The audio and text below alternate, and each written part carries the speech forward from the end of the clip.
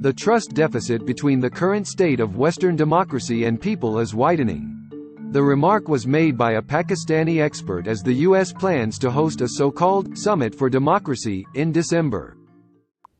Well, interestingly, NPR recently interviewed me, National Public Radio. What I said before, that the trust deficit between the current state of Western democracy and people is widening.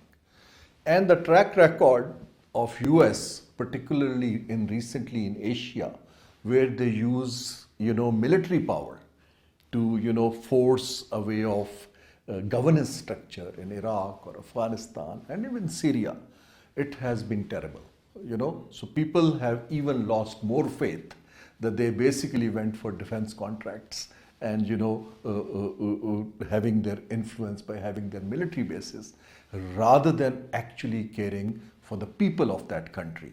If there is democracy, that means that people own a share of governance structure in your country. Look at Afghanistan.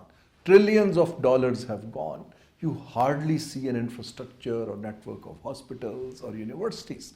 So when they have abruptly left, the country is facing, an existential crisis.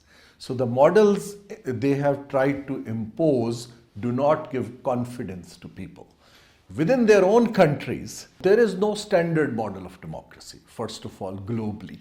There are certain, if you look at the trust level in the model of democracy which US and certain Western countries are preaching, that's what I'm saying, that my answer is that the trust of the people on that model is declining because it is not actually delivering the opportunities which people had thought of.